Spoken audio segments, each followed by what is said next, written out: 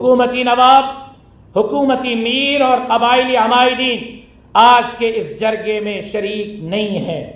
ایسا محسوس ہو رہا ہے کہ حکومت سندھ نے ان کو خود منع کیا ہے کہ آپ نے امن کے کوششوں سے دور رہنا ہے، کیونکہ ان کو پتہ ہے کہ وہ عوام کے ووٹ سے منتخب نہیں ہوئے، جعلی مینڈیٹ سے وہ اسمبلی میں گئے ہیں اور ان کے لیے پیتیاں بھرنے والے اور فارم 47 کے لیے جعلی ووٹ ڈالنے والے یہی جو ہے وہ بندوق اٹھانے والے لوگ ہیں۔ الیکشن کے دنوں میں کیوں امن قائم ہو جاتا ہے؟ کیونکہ ان حکومتی سرداران اور نوابوں اور میروں کو جتوانے کے لیے ان کو جعلی ووٹ ڈالنے ہوتے ہیں۔ لہٰذا ہم سمجھتے ہیں کہ آج حکومتی سرداروں نے، نوابوں نے، میروں نے جو شرکت نہیں کی ہے اس کی ذمہ دار سندھ حکومت ہے، اور سندھ حکومت نے خود ان کو قیام امن کے عمل سے روکے رکھا ہے۔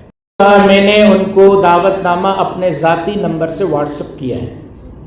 ایک مرتبہ میں نے اپنے عہدیدار ان کے دروازوں پر بھیجے ہیں اور انہوں نے 5 مرتبہ کے دعوت ناموں کا جواب نہیں دیا۔ مدینہ منورہ سے میں نے دعوت دی ہے، کوئی جواب نہیں کہ میں روضہ رسول اطہر کے سائے میں ہوں اور آپ کو دعوت دے رہا ہوں سندھ کے امن کے لیے آئیں۔ میں کعبۃ اللہ کے چھاؤں میں بیٹھا ہوں اور آپ کو دعوت دے رہا ہوں سندھ کے امن کے لیے آئیں، جواب نہیں دیا، اور کیا پوچھوں ان سے؟ میرا واٹس اپ دیکھ، جی بالکل وہ نہیں چاہتے، میں ان کو ذمہ دار سمجھتا ہوں بدعملی۔